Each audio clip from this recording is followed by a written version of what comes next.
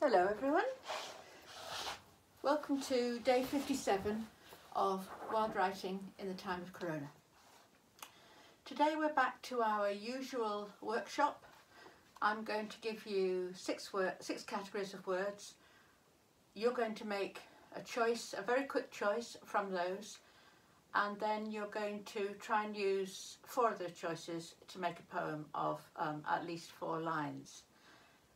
For those of you who've been doing this for a while, I'm going to make it slightly different and suggest you do 2 other things. One is you have the character who is going to be number 1 as your speaker, and the second is that you try to use a definite format before you start writing.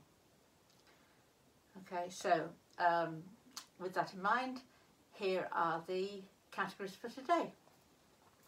So number 1 is a figure from mythology, so any figure from the world of myth and legend. Number 2 is an aspect of the moon, so something lunar. Number 3 is a shade of green. Number 4 is another time and place. Another time and place. Number 5 is a funny one. It's some kind of a hole. And number 6 is a frustration. Okay, I'll just quickly run through them again.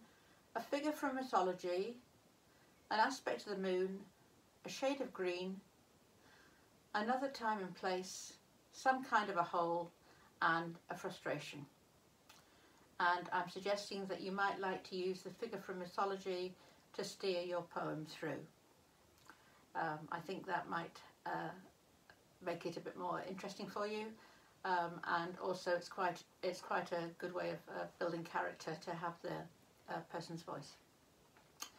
Okay, so all you need is your paper and your pen, and probably some time to yourself, possibly to research, or if not, just to think. So I'm going to say when you're ready, start.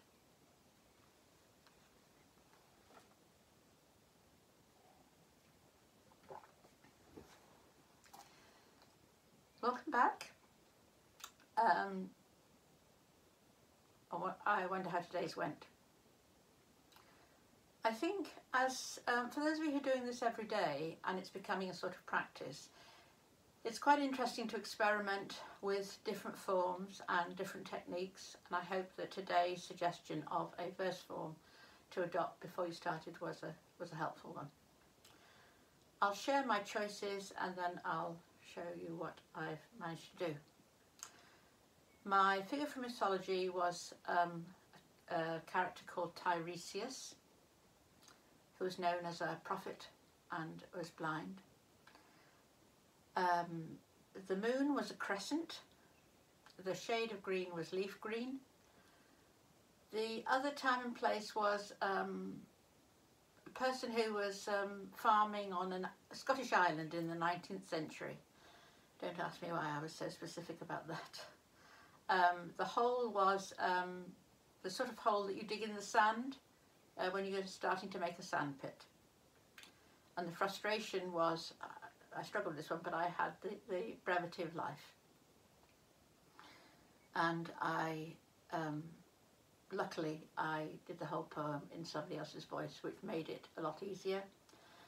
The verse form I chose was to write in 3-line verses, 2 short lines, 1 long line, 1 long final line, and to have them all rhyming.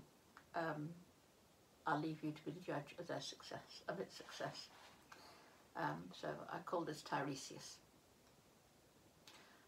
I'm blind and I can see. Why wouldn't you want to be me? I pop up all the time in ancient history. I've been a woman and a man. That's just because mythology can change anything. Your sex, your life, your plan. Imagine a hole you dig in the sand.